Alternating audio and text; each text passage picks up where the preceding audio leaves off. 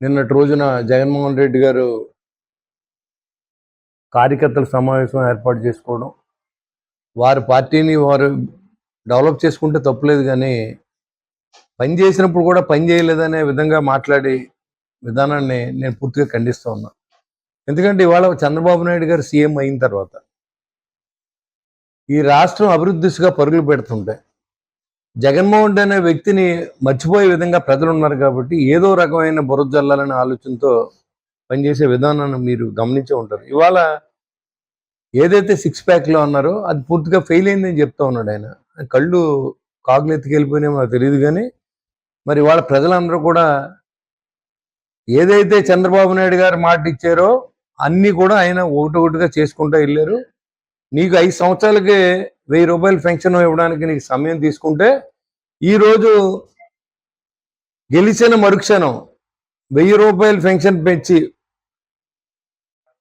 దాంతో పాటుగా పాత 3000 రూపాయలు ఇప్పుడు 4000 రూపాయలు కలిసి మనం ఇచ్చిన ఘనత చంద్రబాబు నాయుడు గారు దక్కుద్దని కూడా మీకు తెలియజేస్తున్నా.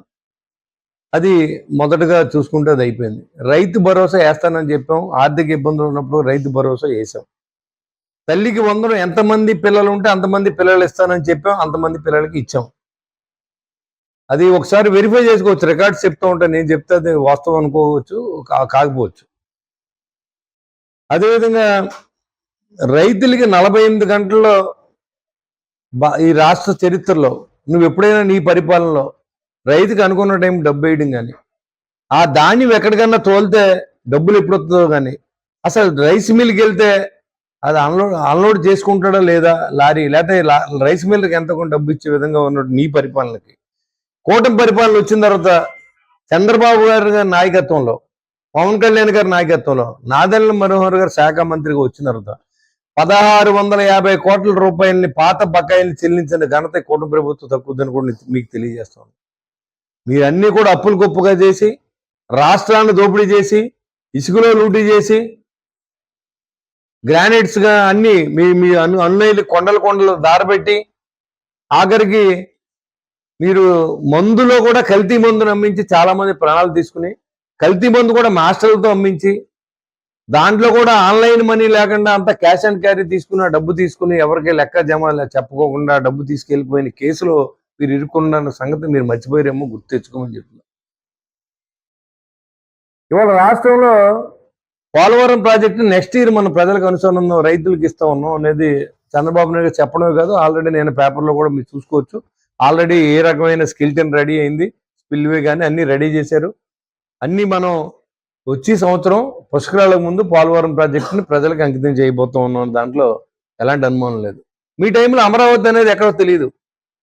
పిల్లలు ఆంధ్ర రాష్ట్ర రాజధాని ఏదంటే ఒకవేళ నిజంగా కానీ క్వశ్చన్ మార్క్ వస్తే పరీక్షల్లో ఏ ఊరు రాయాలని అడిగే తల్లిదండ్రులు అడిగితే తల్లిదండ్రుల దగ్గర సమాధానం అయోమయం మాజీ ముఖ్యమంత్రి నిన్న ప్రెస్ మీట్ పెట్టి మాట్లాడడానికి నీకు మనసు ఎలా ఒప్పిందని అడుగుతున్నా. ఇంకా మీరు ఆ భాష మానకపోతే జగన్మోహన్ రెడ్డి గారు శాశ్వత నామ చెత్తపుత్రుడు. చెత్తపుత్రుడు అంటే మీకు అర్థం తెలుసుగా, కన్న తల్లిదండ్రులకు సుఖం ఉండదు, రాష్ట్ర ప్రజలకు సుఖం ఉండదు. తండ్రి అధికారం పెట్టి డబ్బు లూటీ చేసిన వ్యక్తి 40,000 కోట్లు ఈడీ ఆ రోజు సీజ్ చేసింది. నీకు ఎక్కడి నుంచి వచ్చింది ఆ డబ్బు? 2004లో మీ ఆస్తులు. మీరు ఒక పక్కన తప్పులు చేసుకుని ఇవాళ కూటమి ప్రభుత్వాన్ని, చంద్రబాబు నాయుడిని, పవన్ కళ్యాణ్ని తిడతా ఉంటే, అమ్మనేయాలని తిడతా ఉంటే, మీ కార్యకర్తలను తీసుకొచ్చి సన్మానం చేసిన ఘనత మీకు దక్కుంది. ఇవాళ భారతి గారిని ఒక మాట అంటే 24 అవర్స్లో అరెస్ట్ చేసిన ప్రభుత్వం కూటమి ప్రభుత్వం కాదని అడుగుతుంది. ఒక ఆడకూతుర్ని ఇవాళ శర్మిలను తిడితే, ఎంత నీచంగా తిడితే, నువ్వు తిట్టిస్తే అసలు ఇంకొకటి ఎవడన్నా ఆ చెల్లిని కానీ ఆ తల్లిని కానీ అంటే నరికేస్తాడు ఎవడన్నా మామూలుగా మన సంస్కృతి ప్రకారం. అలాంటిది మన మనుషులు తిడతా ఉంటే మీరు సంకలు కొట్టుకుంటే మీరు చెత్తపుత్రులు కాక ఏమవుద్దని అడుగుతున్నా. ఉత్తర ప్రకల్పాలు మళ్ళీ మనం వస్తాం. ఎక్కడొస్తాం? ఇవాళ మీరు చేసిన లూటి జనానికి అర్థమైందనే విషయం మీకు తెలుసుకోకుండా మేము మళ్ళీ వస్తాం, మీ పీకిలు తీసేస్తాం, ఇంట్లోంచి లాగి నరికేస్తాం అంటే నరికించేసుకుంటాక మేము మేకలం కాదు. మీరు వచ్చి నరికేస్తే రెడీగా ఏం లేవు. అన్నిటికీ సిద్ధపడి రాజకీయాల్లో ఉన్నాం. మీరు నిజాయితీగా ఉండి ప్రజల్లో నమ్మకం కలిగించుకుని మీరు మళ్ళీ నెగ్గొచ్చు, తప్పులేదు. ప్రజల అభిమానాన్ని కోరుకుంటేనే నెగ్గుతాం మనం. ఈ ఉత్తర ప్రకల్పాలు ఎలా ఉంటాయంటే 170 సీట్లు మనం నెగ్గుతున్నాం, 11వ తారీఖుని మనకి ముహూర్తం వైజాగ్లో అన్ని ట్రైన్లు బుక్ చేసుకోండి, హోటల్ బుక్ చేసుకోండి అని చెప్పిన ఉత్తర ప్రగల్భాలు పలికిన వాళ్ళు 11 సీట్లు ఇస్తే దాన్ని మళ్ళీ మేమంతా వచ్చేస్తాం అన్నాం. 151 సీట్లు నిన్ను నమ్మి మీ నాన్న పేరు చెప్పి నీకు ఓట్లు వేస్తే ఆయన బతుకున్నంతకాలం ఆయనకి మనశ్శాంతి లేకుండా చేసేది దత్తపుత్రుడు. నువ్వు దత్తపుత్రుడు అంటే నీ శాశ్వతమైన పేరు రాసుకోండి, దత్తపుత్రుడుగా పిలవలసి ఉంటుందని కూడా తెలియజేస్తా ఉన్నా. ఇవాళ అవును, ఎస్ దత్తపుత్రుడు ఎవరికి? రాష్ట్ర ప్రజల దత్తపుత్రుడు జగన్మోహన్ రెడ్డి కాదు, పవన్ కళ్యాణ్ గారు అని జనం నిరూపించి ఆయన్ని హక్కును చేర్చుకున్న సందర్భాన్ని మీకు తెలియజేస్తా ఉన్నా. ఇప్పుడు దత్తపుత్రుడు ఆయన ఎవరికి? ఆంధ్ర రాష్ట్ర ప్రజలకి, కష్టాల్లో ఉన్న కుటుంబాలకి, కష్టాల్లో ఉన్న పల్లెలకి ఆయన దత్తపుత్రుడు. నువ్వు ఉత్తర ప్రగల్భాల్లో చెత్తపుత్రుడు, కుటుంబానికి తల్లికి చెల్లికి న్యాయం చేయలేవు. నువ్వు చిన్నాన్న చనిపోతే గొడ్డల పోటుని మరి హార్ట్ అటాక్ గా మార్చేయండి కెపాసిటీ ఉన్న నువ్వు 5 సంవత్సరాల పరిపాలనలో కనీసం నువ్వు దాని గురించి ఏ విచారణ చేయకుండా సొంత మనిషినే నువ్వు కాపాడుకోలేని లాండ్ ఆర్డర్లో నువ్వు ఇవాళ ఇన్ని మాటలు మాట్లాడుతున్నారంటే కూటమి ప్రభుత్వం ఎక్కడి నుంచి వచ్చింది మీకు ఈ ధైర్యం? ఈ 40,000 కోట్లు మీకు ఎక్కడే? తండ్రి పరిపాలన చేస్తే 40,000 కోట్లు సీజ్ చేస్తే ఈయన పరిపాలన అసలు లెక్కలేదు. ఈ రాష్ట్రం ఏమైపోయిందో తెలియదు, రాష్ట్రం డబ్బు ఏమైపోయిందో తెలియదు. ఏ ఖజానా చూసినా ఖాళీయే. అన్ని డిపార్ట్మెంట్ డబ్బులు మీరు మొత్తం లాగేశారు.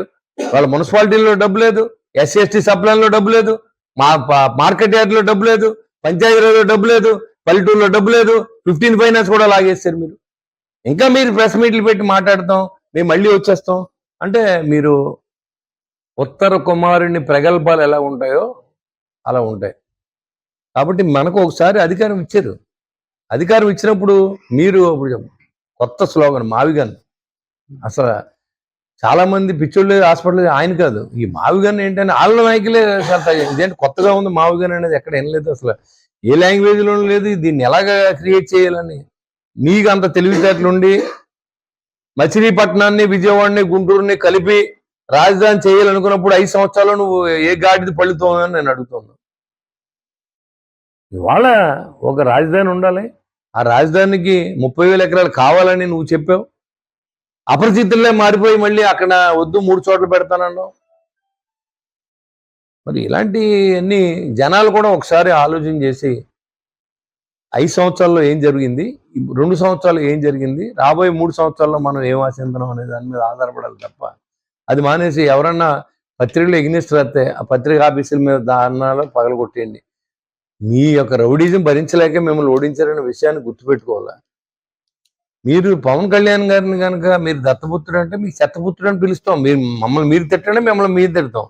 రాజకీయాలు విలువలు తగ్గించుకుని మాట్లాడుకుందాం. ఇంకా మేము అంటలేదు కదా, వాళ్ళు జగన్మోహన్ రెడ్డి గారి గురించి మాట్లాడవలసిన అవసరం లేదు. ఎందుకంటే గడిచిన 5 సంవత్సరాలు ఆయన పరిపాలన చేశాడు, ఆయన ప్రజలకు నచ్చలేదు, మనల్ని ఎన్నుకున్నారు కాబట్టి మన అభివృద్ధి ఎలా చేయాలనే దిశగానే మనం పనిచేస్తున్నాం తప్ప ఇంకా వాళ్ళ గురించి వాళ్ళే ఉంటుంది. 2 పార్టీలు ఉంటాయి లేదా 10 పార్టీలు ఉంటాయి. 10 పార్టీలని ఎవరినారు సెక్యూర్ చేసుకోవాల్సిన బాధ్యత పార్టీ అధ్యక్షులు కానీ పార్టీ నాయకులు కానీ ఉంటుంది. అంత మాత్రాన అలా బతకూడదని మీకు మళ్ళీ మేము ఆలోచించలేదు. జనసేన తీయించేసావు నువ్వు. మేము వైసీపీని తీయించేయగలమా? తీయించలేం కదా. ఎవరు అభిమానులు వాళ్ళకు ఉంటారు. అంత మాత్రాన పార్టీ ఉండకూడదనే నినాదమే తప్పు. అన్ని పార్టీలు ఉంటాయి, అందరినీ గౌరవించాలి. రాజకీయాల్లో వాళ్ళు గెలుపుకు పోరాడతారు, మనం గెలుపు పోరాడతాం. అంత మాత్రాన ఓడిపోయినంత మాత్రాన మీరు మంచోళ్ళు కాదని కాదు, మీరు హీనంగా మాట్లాడవలసిన అవసరం లేదు. ఈ గెలుపు అనేది మనకు 5 సంవత్సరాలే. ఈ 5 సంవత్సరాలే మనం అనిపిస్తాం తప్ప 5 సంవత్సరాలు దాటిన తర్వాత ఈ వయసు ఉండదు, ఈ డబ్బు ఉండదు, ఈ పవర్ ఉండదు. అది తెలుసుకోకుండా మనం ఏది పడితే అది మాట్లాడి మళ్ళీ మేము వస్తే ఏం చేస్తారు? మీరు వస్తే ఇంట్లో ఎలాగో ఒకసారి చచ్చిపోతాం. చావు అనేది మనిషికి ఒకసారి వస్తుంది, పుట్టుకు కూడా ఒకసారి వస్తుంది. అన్నిటికీ తెగించి మేము ఆ రోజునే జనసేన పార్టీలో జాయిన్ అయ్యాం, ఆ రోజు పోరాడాం, ఇంట్లో పడుకోలేదు. మళ్ళీ మీరు వచ్చినా మీరు ఇక్కడ పీకిది ఏం లేదు. ఇక్కడ కాదు, రాష్ట్రంలో కూడా అందరూ మీ యొక్క ప్రగల్భాలు, ఉత్తర కుమారుని ప్రగల్భాలన్నీ చూశారు. చెత్తపుత్రుడు మాటలు ఎందుకు మాట్లాడొచ్చు కదా. గౌరవ చంద్రబాబు నాయుడు గారు అంటే సంబోధించే తప్పే ఉంది. పవన్ కళ్యాణ్ తలదించుకుని కూర్చున్న నువ్వు మా కూటమి ప్రభుత్వం వచ్చిన తర్వాత విశాఖ ఉక్కుని మళ్ళీ పునరుద్ధరించి 50 కోట్లు లాభాలు తీసుకుని నడిపించిన ఘనత కూటమి ప్రభుత్వం దక్కుద్దని కూడా మీకు తెలియజేస్తా ఉన్నా. ఇవాళ రాయలసీమను కూడా అభివృద్ధి చేయాలి, రాష్ట్రం అంతా సమాంతరంగా అభివృద్ధి చెందాలని ఆలోచనతో 30,000 కోట్లను అక్కడ హార్టికల్చర్ డెవలప్మెంట్ కానీ, పంటల్లో కానీ, ఇండస్ట్రియల్ ఏరియా కానీ, సోలార్ ప్లాంట్లు కానీ అన్ని కూడా అక్కడ తీసుకొచ్చి రాయలసీమ కూడా అభివృద్ధి చేసిన ఘనత ఈ ప్రభుత్వాన్ని దక్కుద్దని కూడా మీకు తెలియజేస్తున్నాను. సరే, పంచాయతీరాజ్ శాఖ చూసుకుంటే అసలు మీకు తెలియదు, పంచాయతీరాజ్ శాఖ అనేది ఒకటి ఉంది, అక్కడ రోడ్లు వేయాలి, MGNRGS అని ఒక పథకం ఉంటది, దాంట్లో డబ్బులతో మనం రోడ్లు వేసుకోవచ్చు అనేది కూడా తెలియనటువంటి మాజీ ముఖ్యమంత్రికి నేను చెప్తున్నా, మీ సమయంలో మీరు ఎన్ని కిలోమీటర్ల రోడ్లు వేసారో మీ దమ్ముంటే చెప్పమని చెప్తున్నా. నేను చెప్తున్నాను 2 సంవత్సరాల కాలంలో 4,000 కిలోమీటర్ల రోడ్లు వేసి ప్రతి పల్లికి అనుసంధానం చేసిన ఘనత పవన్ కళ్యాణ్ గారు దక్కుంది. 13,300 పంచాయతీలు ఒకే రోజు మీటింగ్ పెట్టి పల్లి పండుగ చేసిన ఘనత పవన్ కళ్యాణ్ గారు దక్కుంది. ఇవాళ అదే శాఖలో ఇవాళ వరకు ప్రమోషన్ లేకుండా ఉంటే ఆ ఎంప్లాయీస్ అందరికి ప్రమోషన్ ఇచ్చి మళ్ళీ కొత్తగా డిఎస్సి పెట్టి దాంట్లో 16,000 మంది ఉద్యోగాలు ఇచ్చిన ఘనత చంద్రబాబు నాయుడు గారు కాదా అని అడుగుతా ఉన్నాను. ఈ సమయంలో ఎంతమందికి ఉద్యోగాలు ఇచ్చో చెప్పమనంటే వాలంటీర్కి 5,000 ఇచ్చాను. 5,000 దేనికి సరిపోద్ది? 5,000 ఇచ్చి వాలంటీర్కి ఇచ్చానని చెప్తున్నాడు, దేనికి సరిపోద్ది? మళ్ళీ ఈ సంవత్సరం 15,000 ఉద్యోగాలు ఇవ్వడానికి ప్రభుత్వం సిద్ధంగా ఉందని కూడా మీకు తెలియజేస్తా ఉన్నా. NRGS లో మన తాడేపురంలో దాదాపు 15 నుంచి 20 కోట్ల రూపాయలు ఖర్చు పెట్టగలిగాం. ఈ రోజు 150 కోట్లతో ఈ ఒక కాన్స్టిట్యున్సీని 2 సంవత్సరాలు అభివృద్ధి చేశానని చెప్పడం ఓన్లీ సంక్షేమం కాకుండా నేను చెప్పేది. సంక్షేమం చూసుకుంటే ఇంకొక ఎంత ఉన్నదో మీకు మొత్తం అన్ని కూడా నేను ఒక ప్రెస్ మీట్ పెట్టి కూడా నేను చెప్పదలుచుకున్నాను. సంక్షేమం అభివృద్ధి కలిసి ఎన్ని కోట్లు. ఇవాళ 2వ SS ట్యాంక్ని నేను మున్సిపల్ చైర్మన్గా ఉండగా దాన్ని ఓపెన్ చేసి దానికి దాదాపు 18 లక్షల కోర్టు ఫీజులు కట్టి నేను మున్సిపాలిటీకి చెప్తే గడిచిన 5 సంవత్సరాల్లో దాన్ని గొడవ పట్టించుకోకుండా ప్రజల అవసరం పెరిగింది. 2,30,000 జనాభా ఉన్నారు ఇవాళ తాడేపల్లి కాన్స్టిట్యున్సీలో. అలాంటి కాన్స్టిట్యున్సీలో రేపు పొద్దున్న నీరు ఎద్దటి వస్తే మరి ఎలాగా 20 ఎకరాల ట్యాంక్తో మీరు సరిపెడతారనే ఆలోచన కూడా లేకుండా దాన్ని తవ్వించినటువంటి ఆ ప్రభుత్వ అధికారులకి నేను చెప్తున్నా. ఇవాళ మనం వచ్చిన తర్వాత ఈ సంవత్సరం 7వ నెల పూర్తి చేస్తాం, వచ్చే నెల 1వ తారీఖు కల్లా 2 సార్లు కాదు 3 సార్లు ఈ తాడేపల్లి ప్రజలకే కాకుండా పెంటపాడు పక్కన పల్లెలు కూడా నిధి ఏర్పాటు ఈ తాడేపల్లి పురపాలక సంఘం ద్వారా చేయించాలని చెప్పి కూడా మీకు నేను తెలియజేస్తా ఉన్నా. ఇది అభివృద్ధి అంటారు దీన్ని. గడిచిన 5 సంవత్సరాల్లో మీరు ఏ రోడ్లు లేదు, ఏ గుంత కూడా పోడ్చలేదు. ఈ గుంతలు పోడ్చాలంటే హాస్పిటల్లో జాయమని చెప్పారు మీ మంత్రులు. మీరు ఇవాళ పవన్ కళ్యాణ్ గారు చేసే అభివృద్ధి కానీ, చంద్రబాబు నాయుడు గారు చేసే అభివృద్ధి కానీ, నరేంద్ర మోడీ గారి ద్వారా తెచ్చే అభివృద్ధి కానీ, జల్ జీవన్ మిషన్ లో పూర్తిగా దోచుకునే డబ్బులు ఏదైతే మిగులుతాయో మీ సొంత కాంట్రాక్టులు పెట్టి దాన్ని మొత్తం లూటీ చేసి ఇవాళ మధ్యలో వదిలేసి వెళ్ళిపోతే మరో 2 సంవత్సరాల పాటు తీసుకొచ్చి దానికి మళ్ళీ 12 కోట్లు శాంక్షన్ చేయించి ఇప్పుడు అన్ని గ్రామాలకి జల్ జీవన్ మిషన్ లో నీళ్లు ఇచ్చే బాధ్యతని ఈ ప్రభుత్వం తీసుకొని మొదలు పెట్టబోతా ఉన్నాం. ఈ ప్రభుత్వం వచ్చిన తర్వాత 14,16 లక్షల రూపాయలని పవన్ కళ్యాణ్ గారు మనకు శాంక్షన్ చేశారు. ఈ నెలలో టెండర్ జరగబోతోంది. అంటే అభివృద్ధి అనేది కళ్ళతో చూసి కష్టపడితే అవుతుంది కానీ మీరు ఎక్కడో 4 గదుల్లో కూర్చుని పరదాల మాటలు తిరిగి హెలికాప్టర్లో ఇక్కడ పొరద సర్వే చేయడం కాదు. ట్రైన్ యాక్సిడెంట్ అయితే నువ్వు హెలికాప్టర్లో సర్వే చేస్తావు. నీ ముఖ్యమంత్రికి ఆ పాత ముఖ్యమంత్రికి సలహా ఎవరు ఇచ్చారో కూడా నాకు తెలియదు. సరే, ఇప్పుడు నిన్న ఒకటి అంటున్నాడు, పుట్టినరోజు అంటే మా నాయకుడు ట్వీట్ చేశాడు కదా, మీకు ఇలాంటి పుట్టినరోజులు ఎన్నో జరుపుకోవాలి అని చెప్పి. మీ చెల్లికి ఇంటికి వెళ్తే వాళ్ళ పెళ్లికి పోతే వెళ్ళాం కదా మేము. మాకేమి ఇలాంటి బేసిసాలు లేవే. మీరెందుకు ఇంత అసూయిగా విషం కక్కి మాట్లాడుతూ ఉన్నారు? కాబట్టి భాష, లాంగ్వేజ్ పద్ధతిని మార్చుకోండి. మీకు నిజంగా ప్రజల్లో ఉండాలంటే ప్రజల్లో విశ్వాసం కల్పించాలి మనం. ఆ రోజు మీరు అధికారంలో ఉండగా ప్రజలను ఆదుకోలేకపోయారు.